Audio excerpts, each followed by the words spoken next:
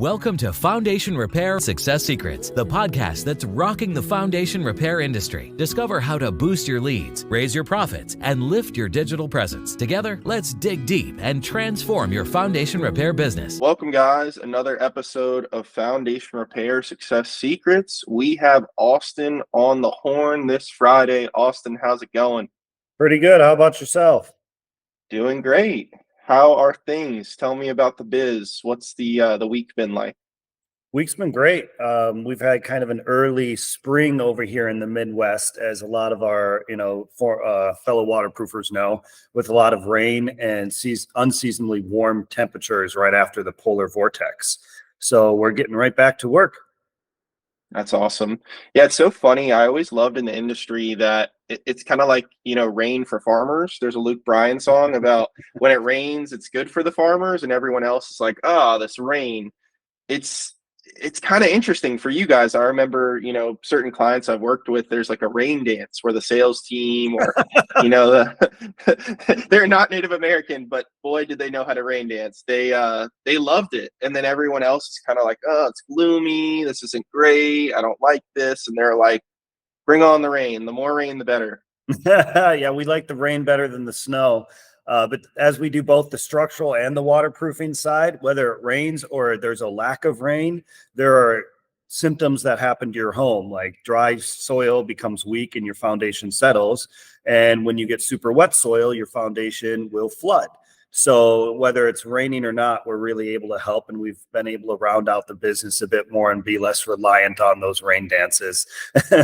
Right. Yeah, that makes sense. Definitely makes sense. So what is the mix of the business if you were to kind of estimate between, waterproofing, crawl space, encapsulation, that kind of thing, versus piers and foundation support? Is there sort of a breakdown of percentages of what the business is doing? Well, it depends company to company and also season to season, because you tend to get more of the foundation repair during the drier times and more of the waterproofing, obviously, during the wetter times. For example, last year we had a 3-month drought that was the worst one we've seen in 12 years. And we still were in a drought after the rains hit that 4th of July weekend. For still another month or two, we were still pretty in that drought. It had been so lacking of rain. So we did triple the structural repairs we did the previous year that year. And but this year we're getting more rain now. So we're starting off with more waterproofing. So it really depends on the weather, on what the symptoms happen and what the problems arise in people's foundations for us to repair. Got it. Okay. Now, this is kind of a fun question, but sometimes like people, they assume a new house is going to be good to go. Yeah. How often are you guys working with homes that are not 20, 30, 40, 50, 100 years old? I mean, it's still something that comes up more regular than a normal consumer would think. Yeah, more than you would think. Not as often. Thankfully, there are a lot of good contractors out there building homes, and there are a lot of new codes in place that require them to install a lot of the systems we would be coming in to install anyway. The biggest things that you tend to see are improper fill and compaction, which lead to sinking slabs, driveways. We've even seen gaps under a garage floor you could crawl under, up to 2.5 feet I've seen. But the floor was pinned into the wall on either side. So the homeowner didn't find out till the floor literally started to drop from the rebar. And they found that there is a 2.5-foot gap under there. And then the other most common thing we see is the contractors who install drain tile with the new homes they build, but aren't aware that the holes on the solid drain tile need to be facing down and not up. And it's a real hot point with some people where they think holes have to be up, otherwise the water's just going to leak down into the ground. Well, the pipe is under your floor, so if the water has the ability to leak down in the ground and leach down, it's not building up and coming in your floor. Really, you want to catch it as it's building up, and if those holes are facing up, it has to encompass and cover that drain tile completely before it even has the ability to catch the water, which will then flood the home. So we've actually been out to a couple of newly built homes recently to redo their drain tile systems for the sole purpose and the sole reason being that the contractor installed the drain tile upside down. Everything else. Wow.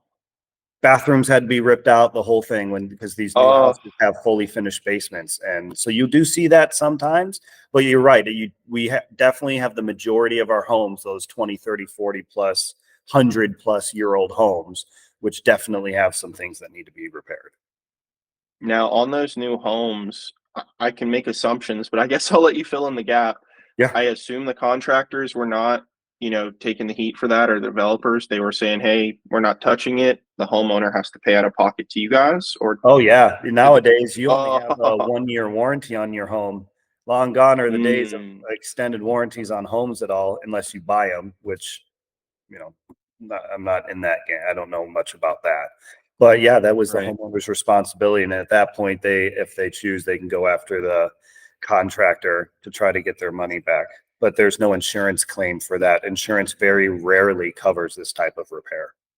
Right. Yeah. I've been out in the field with my clients, and that whole breakdown to people has been brutal. Obviously, when it's an older home, Mhm. they kind of understand it. But, I've seen some really, really nice, designer built homes kind of thing, high quality Mm. GCs and developers and stuff. And you're looking at it like this thing is what, a year old, 2 years old? And yeah, they're probably gonna have to pay out of their own pocket. They can deal with it with the other people on their end, but like with the company and them, it's going to be a transaction. How do you guys kind of break that to people? Is there a light, easy way to break it to them where they're not going to just be like, "Oh my God, $40,000 or $20,000"? Like, Right? You got to imagine we feel for the doctors who have to break the bad news to the patients. It's almost akin to that, where we have to come and, like, we walk them through and educate them so they fully understand what needs to be done and why this problem happened. And then we'll go with them with any steps that they possibly have to try to get money from, either we have financing, or if they do have an insurance plan. There are some insurance plans that if you have a waterproofing rider, will repair the damage and even give you a little bit of money to help fix the problem.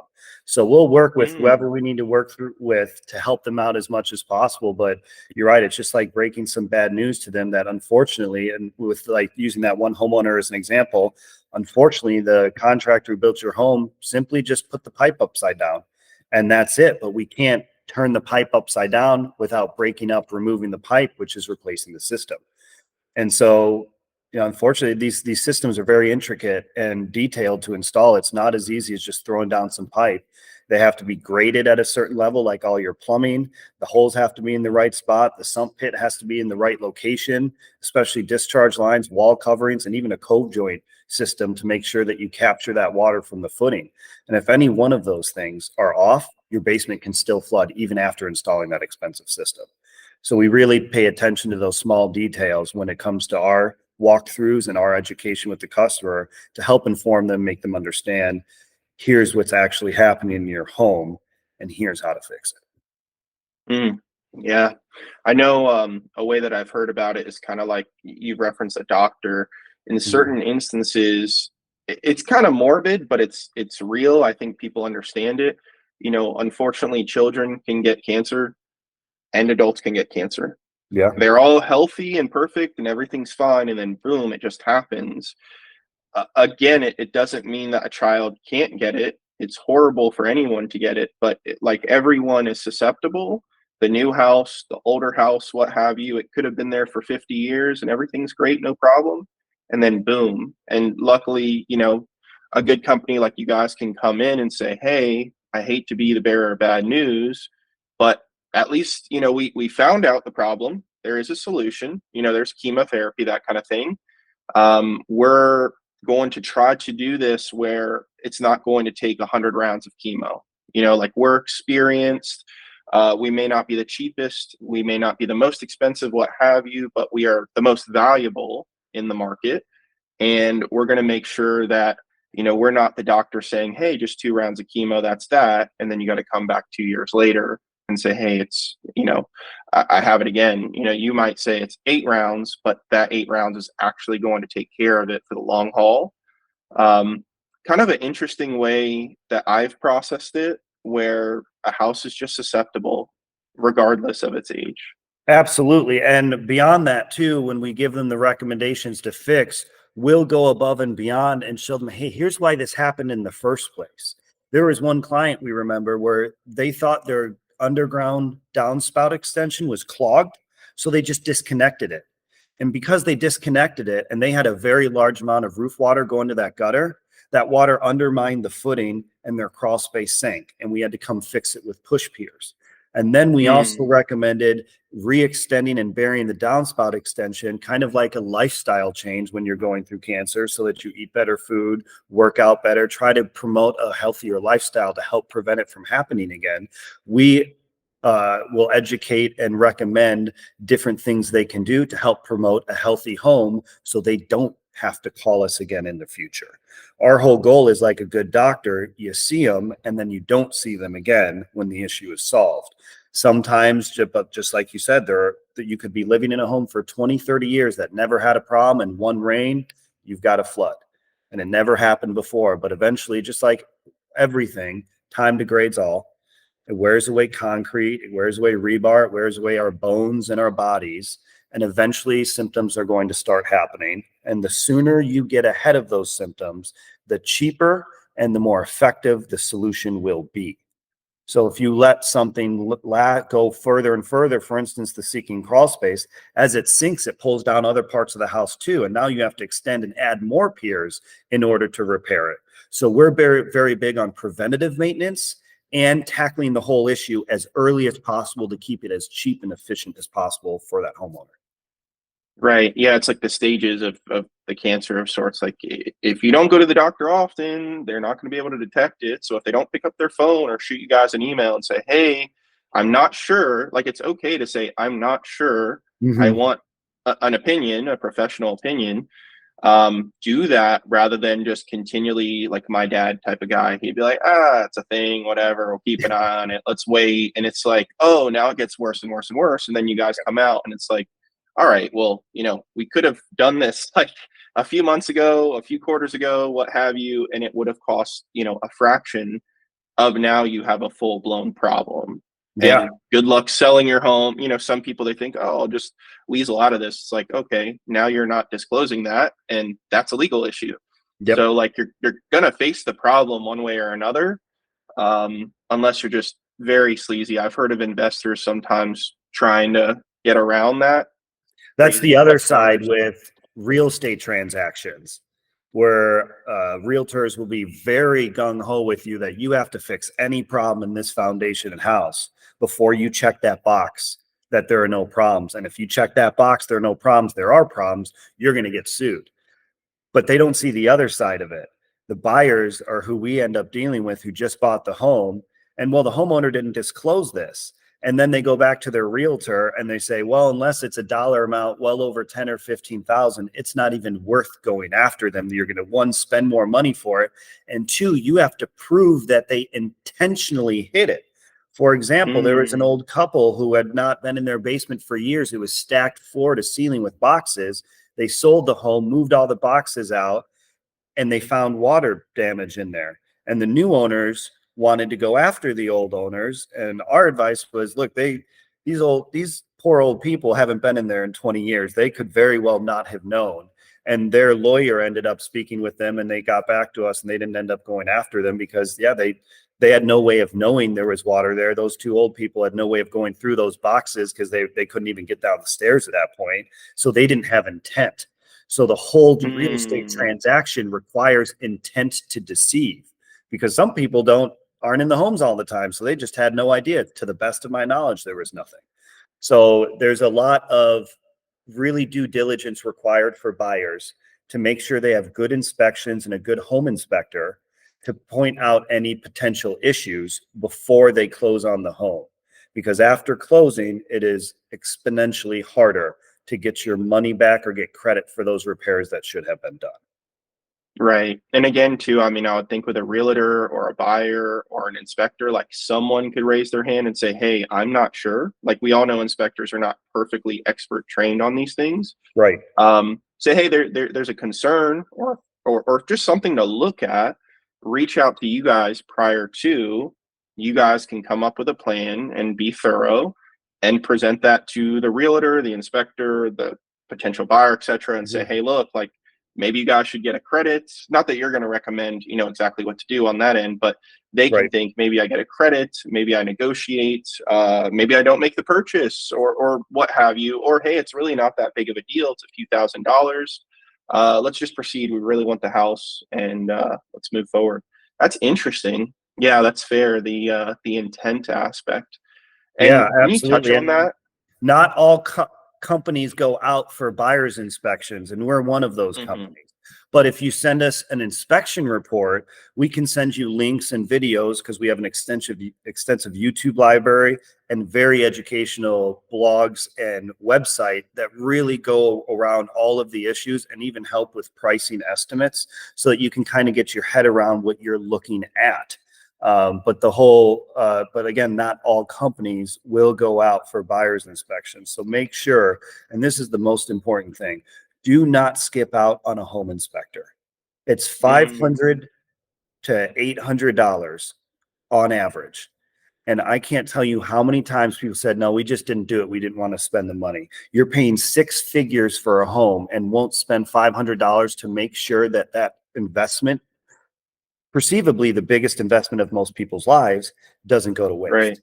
And so we highly, highly recommend a strong, competent, reputable home inspector that can point out any issues so that you can get the right people out and get your head around the problems before you buy it. It's a large investment. It's worth the due diligence.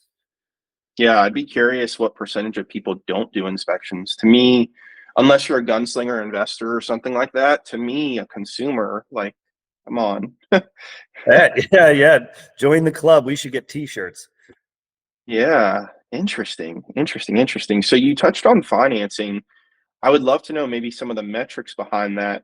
How important is offering financing and maybe what percentage of your clients will opt for it? And we all know financing could mean they have money and they're wise about money. Right. Maybe money is tight and they kind of need it almost. But what Yeah. would you say financing, in your company has done for your numbers, and how often percentage wise maybe is it used on deals? We're a bit of an anomaly in that sector.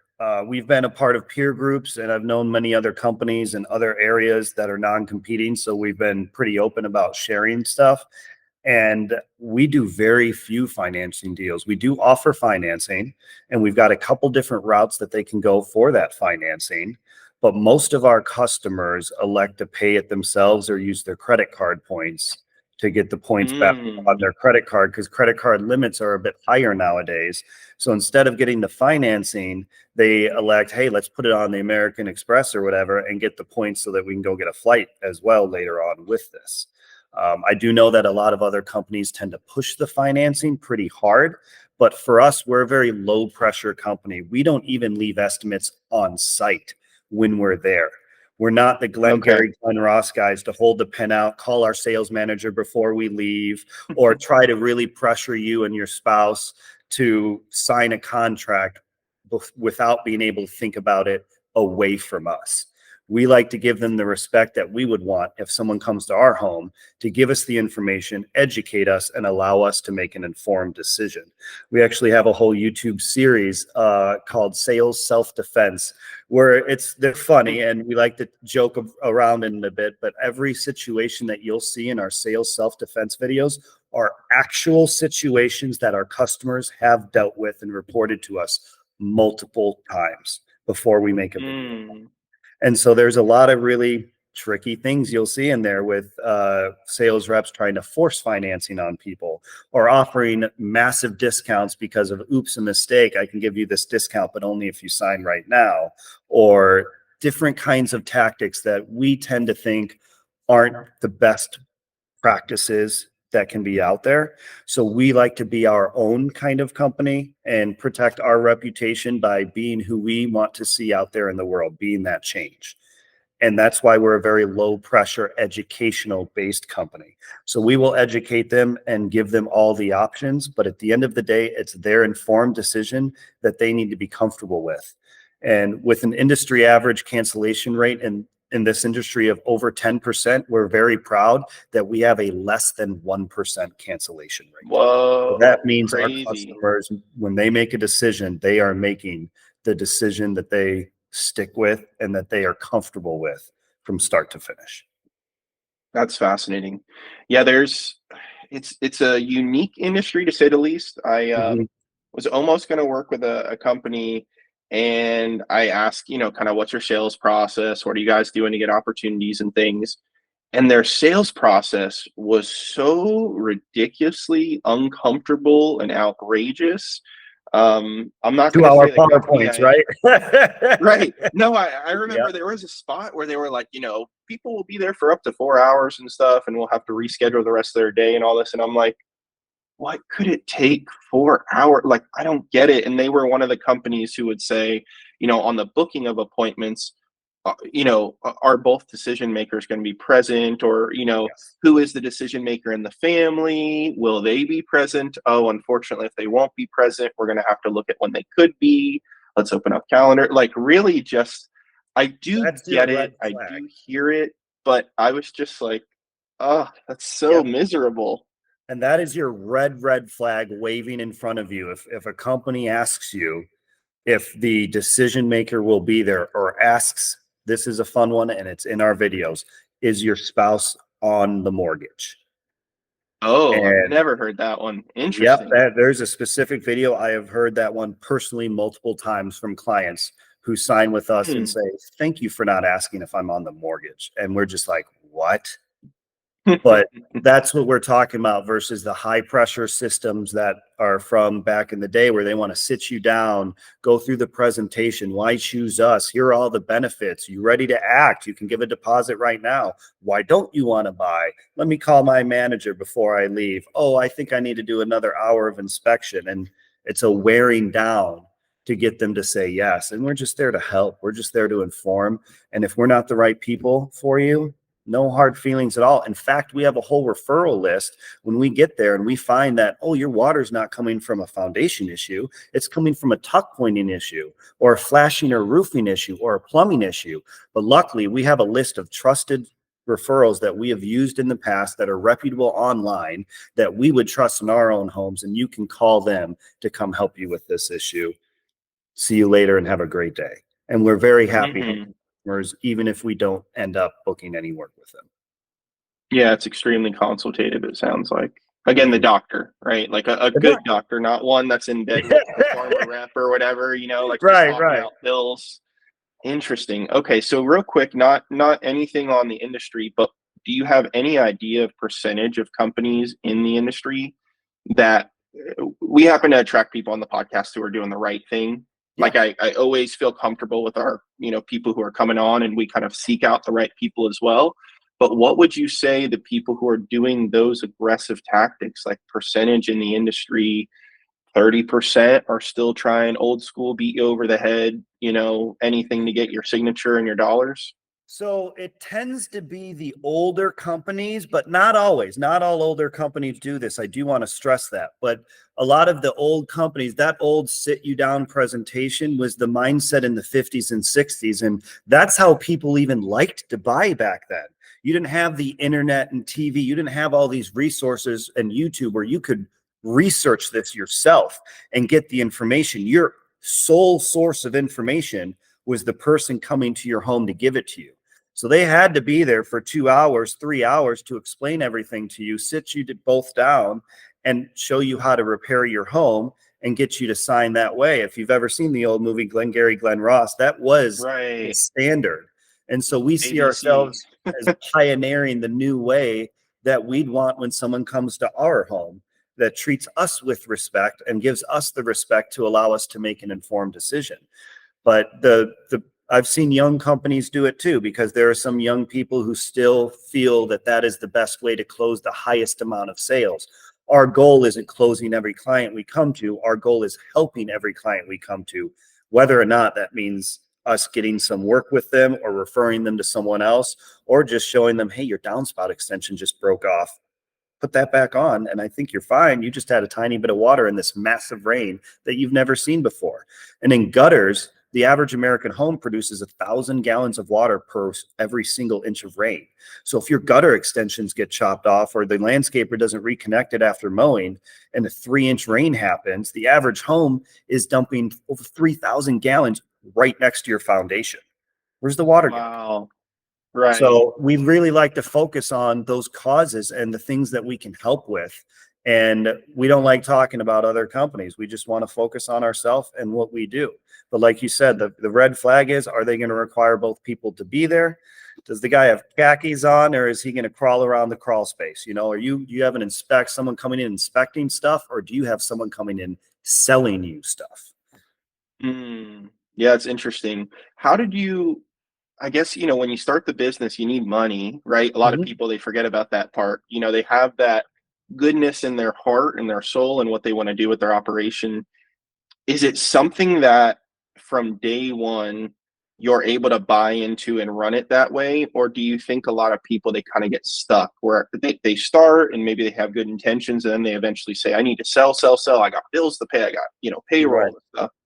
And they kind of stick with the mentality from day one or maybe day 30, wherever that flip of the switch came. I don't think they're all bad guys from the get-go. It seems like, I would guess, you guys from day one instilled in this take care of everyone mentality. And some people, maybe they just they flip into profit mode and they think forever that that's the way, even though they can actually do right by people. Right. And, there's always a good way and a kind of crappy way to run a business, right? And unfortunately, you can run a business immorally and against the best circumstances for the customer if you want to. But nowadays it's a little bit harder. Back in the day, again, 20 years ago, even Yelp, Angie's List, Google, the internet, it wasn't really a thing enough to be built up in this industry. When we first started, we were one of the first people to take Yelp seriously in this area and take our reputation seriously. Back in the day, you open a phone book, you put an ad in the phone book, people are going to call. If that customer has a bad experience, they can't go in the phone book, in everyone's phone book, and write a review about you. No one knows about your previous customer's experience. So reputation management is a completely different game and different level that you have to deal with than it was 20 years ago, much less 40, 50 years ago when some of these companies started. So I think some of them were just doing business as usual and just kind of, like you said, fell in the rut of how they're going. And yeah, you're right. Some of them get desperate and just start doing what they need to do to survive. The way I see it is, if we can't treat our customers and our employees with the utmost respect and with giving them the best value for their time, and we can't survive as a business doing that, then we don't deserve our business. And that has always been our mantra. If we can't survive doing the right thing, we don't deserve our business. Right. Yeah. Interesting. So last few questions is really, how do you instill this culture in your team? How do you incentivize where it may not just be money, because then people are kind of gunslingers, let me sign this one up. Let me get this one. Let me cut a corner. How do you instill that in your team? Because I could tell it's very deep in you. Consistency, right? So the culture in our company is our greatest asset. We love our culture. We're really like a close-knit family, to the point where we cook breakfast and lunch for each other every day. We built a new kitchen in our office and we love it. I made breakfast sandwiches for everyone today. Yesterday, our office manager made spaghetti with meat sauce for everybody for lunch, and I had breakfast earlier for that. We're always doing something to help promote this positive, respectful atmosphere for the culture, which really lays the groundwork for it. But beyond that, we have weekly meetings. I noticed you have those traction books up in your bookshelf. We run the POS system. And so every one of our divisions has meetings every week to go over issues and to review our core values as well that we have as a company, which entail being respectful and communicating clearly and having a positive attitude, among others, so that we can be the best version of ourselves out there every single day. And if we ever have an issue, we address it right away to make sure we bring it back in and we stay who we are. because that's the most important thing to us, is being the company that we envision and being the right company, not only the customers, but for the employees as well. We have amazing benefits. We treat the employees like they are our family. And likewise, then they love the company and they treat the employees like the customers like family, and everyone gets that experience. So it's really about starting with ourselves first, making sure we take care of ourselves, promote the good environment and culture, and the honesty and respectfulness that we expect them to project every day. We must show that to them every single day too, to lay that groundwork. So it has to be a common thread throughout the entire company, every single day, and everything that we do. And I'd assume too that is a big part with hiring. Like it's kind of hard to make a tough thing a good thing. So you guys are, I would assume, you're pretty tight on who's coming through the door, even for interviews, and of course taking them to the next level. They may be capable, but are they a cultural fit, is pretty critical as well. Absolutely. First, second, and third thing for us is a culture fit. You can train anyone to do anything. Every last one of us had to learn how to speak, how to walk, how to do everything in our lives. Everything that you and I have learned, we had to learn from someone else. So as long as someone is willing to learn, it really comes down to a culture fit. Are you going to represent this company in an honest, respectful way out there in the field when we're not watching? Because that's what's most important, to make sure that our employees and customers are treated with the honesty and respect. And that's how we hire, fire, reward, and discipline, is off of our core values. That's awesome. And it's funny too, the food thing. I had a guest on the other day and he said the same thing. He's like, lately it's been pizzas, and I believe it was like pork carnitas. Oh yeah. So funny.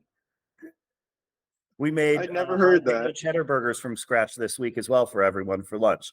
We like to have fun and cook, and I think the breaking bread kind of philosophy of eating and making food for each other really helps boost that and show people that you care and give us all a little break during the day. We have dogs that come to the office too. It's a very friendly environment that promotes the good attitudes and the honest perspectives that go out there. So it's all ripples that start with me and the head of the company, the leadership team, that ripple from everywhere, just being that change you want to see every single day. It's amazing. Yeah, the food thing, so fun. He was so excited and jazzed up about the commercial kitchen and stuff, and I'm like, you're running this, to me, a pretty large company, and most people, I'm not used to them saying that, but now, like literally just yesterday, and now with you, I've heard of the pizza and the catering and this and that, but like the chef cooking it up and everything for the team, like that really does feel like a family. Like dad is cooking or mom is cooking, something like that. It doesn't just need to be, let me delegate this off to your sister or something. I'm too busy. I'm not like, we're not like, hey, you go cook this. I'm cooking a lot of the time. We're all taking turns doing it. It's a group family effort, clean up and everything. We all do it together. We'll do barbecues after work too. We'll smoke, pork shoulders and briskets overnight and bring them in, and anything we can come up with, some new recipe we found out. We're always excited to try it out at the company and see what everyone thinks about it. It's a great testing ground too. That's awesome. I could imagine some chili cook-offs and things like that too. Chili cook-offs. We started making sausage from scratch too, and carnitas. It's all, the sky's the limit with it. And you have to have fun with what you do. On top of being professional and doing the right thing, you need to enjoy it. And so that's a part of who we are, is enjoying actually doing this. That's cool. Yeah, that's kind of like with these podcasts. Like I tell people, hey, we're not suit and tie. We, we'll be professional. We want to have fun too. Like, how are we going to get people to watch? It's got to be real, authentic, somewhat entertaining. We're not trying to do this like a newscast, where everything's tight and scripted and everything. I love it. All right. So scaling and growing forward, what are some of the insights for how you guys do that beyond great reviews, beyond word of mouth? I'm sure the phone book isn't the first priority these days, but how exactly do you guys get those phones to ring and emails to come in, everything like that? The phones, you do a lot of online marketing is really the bread and butter. We believe nowadays everybody is on their phones all the time. And so if you can make a good educational content driven marketing strategy, we found that to be the best for us. So we're always putting out new content, videos, blogs, new pages on the website, anything we can do to help inform our customers more, to make them as educated as possible on the topic. Sometimes they read through our stuff and realize they don't even need a contractor like us. They can go do it themselves by watching one of our How We Do It videos if they're handy. And we're happy to help out that way. So really, the way I see it is the more people you treat well, the more referrals and the more word of mouth will spread as well, which helps you to grow naturally. And we even like to get most of our employees based on a referral basis as well. So a lot of our business and employees come from referrals from guys who are working here like, hey, I got a brother or a friend, or, you know, my wife's coworker is looking for a job and he's a really hard worker. We'd love to have him on the team. Can you interview him? And so we like to incentivize them for referrals as well, while pushing the needle on the digital side of it, so that as we are growing and getting those new calls, and we can have great referral and awesome people coming in to grow the company in the same respect and the same culture that we have. When I first sat down with my mentor a long time ago, he told me that you're going to have a hard time. It's difficult to keep a company growing while maintaining reputation. You're going to have to really focus on that. And you're going to have to focus on it by making sure you bring in the right people and that you put the right things out there. And that will help produce and keep the wheel of respect and honest growth moving.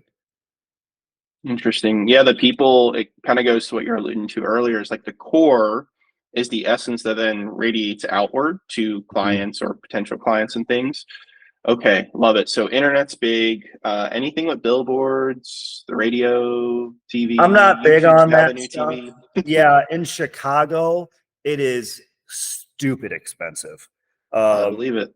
Any other states that in my peer group or the other companies I've spoken with, it is half to a quarter of the price that it is here.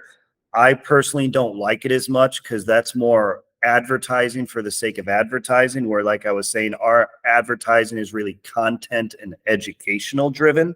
So I want to help people understand when they're searching and asking questions for this. I want to give them the answers they're looking for. I don't just want to say, call me. And so the radio and the billboard doesn't really fit our philosophy on educating our customers as much as the blogs and the internet and the YouTube gives us the ability to. Got it. Okay. And is that it's all in-house kind of thing where you just have a blogger, an editor, a videographer? Yeah, we do all the videos in house, and I have someone who edits them so that we can get some semblance. Like, we don't like to overproduce them. We don't have massive lights and a $5,000 camera and 3 people producing these videos. When we make a video, I take my camera, I set up a tripod, I go in front of a whiteboard or in front of a pile of peers, and we start talking. You know, so it's very genuine, very real, and we like it that way. Some of our marketing, we do have a company that does help us with some of the marketing that is a bit more versed and does that every day, so we can focus on what we're good on every day as well. And then, of course, we manage a good bit of it in-house as well. So we like to make sure that not all the eggs are in one basket. We have a good handle on it, but again, that we're producing good educational and valuable content to the people as they're looking for it. That's awesome. Cool. All right. Well, my real last question, other than, telling us the website, the phone number, everything like that, is where are you guys going? How are you scaling and where are you going? We're growing quite quickly. We're about 45 employees right now, and we're looking to probably at least double in size by the time we feel like we'll hit our ceiling and our stride and our nice size, where we'll be able to be the most effective for customers and the most beneficial for our employees without getting too big and corporate. We're not looking at being the biggest person out there. We're just looking at being able to provide the best service for our employees and our customers and finding where our right medium is for that. So we're still growing and we're still helping more and more people every day. But yeah, we're not looking to maybe franchise everywhere or sell like most of the companies in our area have either are already part of national franchises or national groups. We're one of the few true solely local people left. And we kind of like that local voice and being the people you can turn to trust. And when you invest your money, the money stays in the community, and is it getting flown out to other states and sent out elsewhere where it's not helping the community? Love it. Okay, so I think I know the answer to this, but I'll ask it for the sake of fun. If- Could there be a magical number? It doesn't have to be some conglomerate or franchise or anything. I don't even need the number, but Yeah. would you ever sell if someone just had a big fat check, threw it on the table, or that's? I feel like it's your family, so I don't know. Right. That's the thing. I've had that discussion with my mentor and a couple other people in the industry multiple times. Honestly, I don't know what I'd do with myself outside of this Yeah. company. I've been building it for 15 years now. I love it. I love coming here every day. I've had Mm, a few people come knocking on my door very recently wanting to buy us, and it never even got as far as an offer because we're just not interested. We love what we do. And so it's not to us about the money. You're going to spend a third of your life at work. You may as well enjoy it. So why would I risk selling this and then having to go do something else and risking that not being as great as this is? And we actually have a great opportunity to impact a lot of people's lives, our employees and our customers. And we'd love doing it. I'm only 37, like the Monty Python say goes, I'm 37, I'm not old. So I don't think that I don't think they'd be able to get a check big enough that their bean counters would allow them to give me for me to be able to walk away, mm, because the value I see in this company is far above what an accountant would say the book value is. This truly is right. a family to me. And there's a you can't really put a price on that. And if you could, no one else would acknowledge it anyways. So our big thing, and I've even said it to the company that a couple people have approached us that, they're good companies and I'm sure it would be a fantastic thing, but we love this place and we love all of you and we're not going anywhere. Yeah. I mean, what would you even do? That's kind I of don't my know what outlook. I'd do. I'd hang out at home all day with my dogs, which they would love, by the way. They come to work with me every day, but they're just hanging with me at a different spot then. So the only person's life that would change would be mine. And I'd just be like, all right, what do I do with my life now? I'd have to figure out a whole different path. And I love this path. Right. Yeah. I mean, it is kind of like the weird conundrum of that's kind of the whole American thing is, get wealthy, be able to not do anything. But then Right. it's like, oh, that's when bad stuff can come up. Like when you're grinding and hustling and scaling and everything, it can help keep your head down for some people. Some people still get distracted.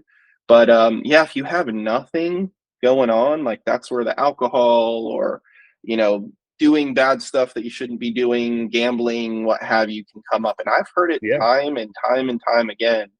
A Too lot much of money and money and nothing to too do. little purpose. Yeah, it can be a bad recipe. And it can be bad for Well, the company too. Boeing didn't have problems with their planes before they sold. Before they oh, sold, okay. their culture and their safety and thresholds were amazing. It was those 787 MAX problems didn't happen until after they sold and started cutting corners to increase their profit.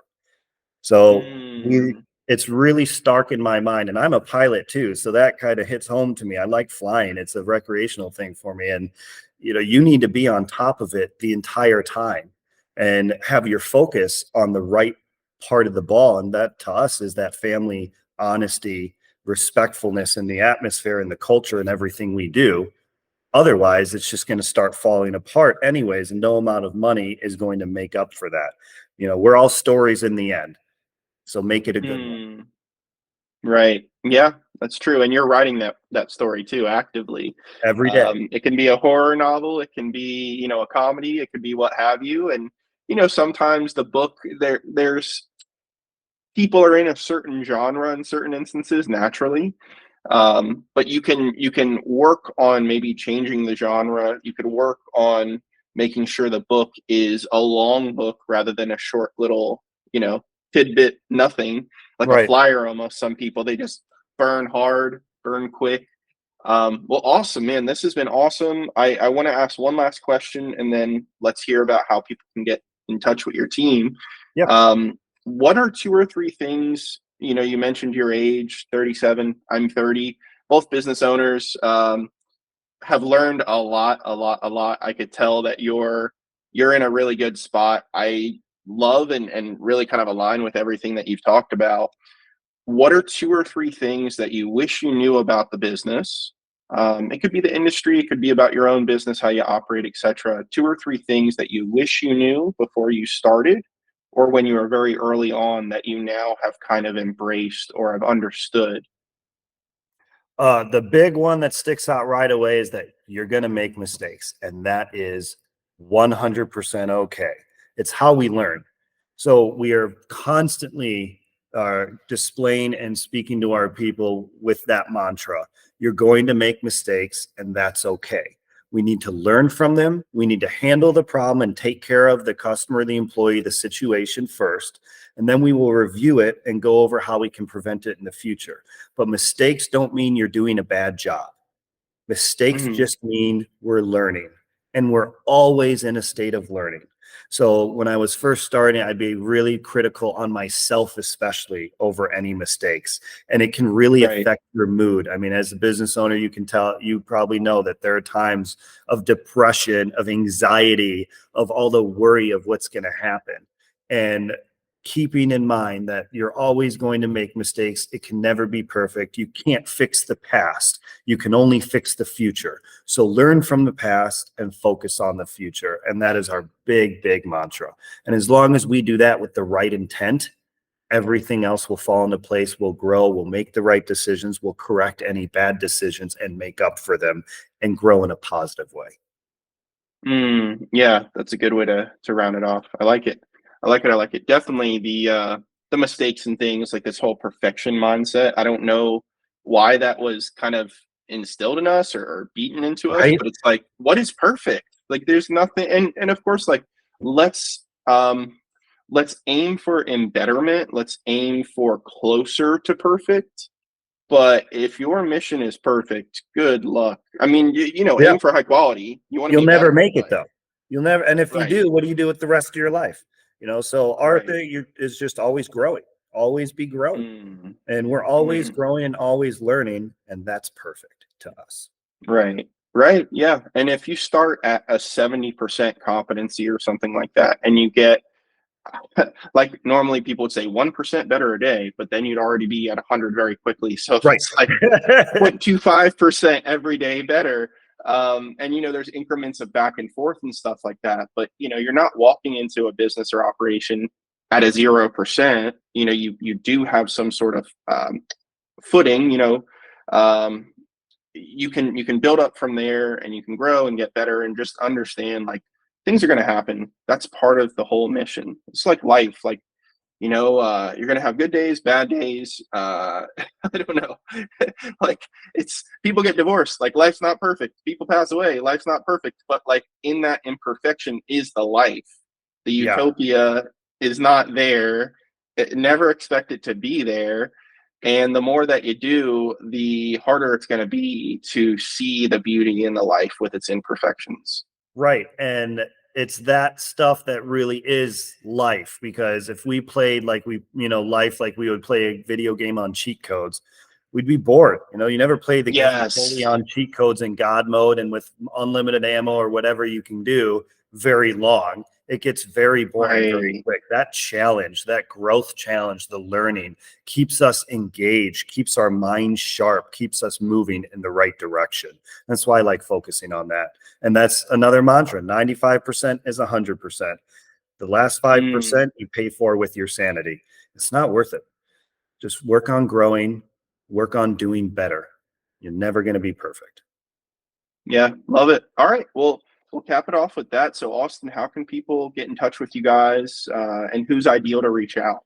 Yeah. Homeowners, if you own your home, or building owners, property managers, home inspectors, if you're looking to get our advice, the best way to get a hold of us is either through our website, therealseal.com, TheRealSeal.com, very easy, or from our phone number, which is 847-756-7987. And you can even see our YouTube channel, where we have hundreds of videos that you can scroll through and get all the education and even some entertainment with the sales self-defense videos at youtube.com/TheRealSeal Sweet. Be a subscriber, guys.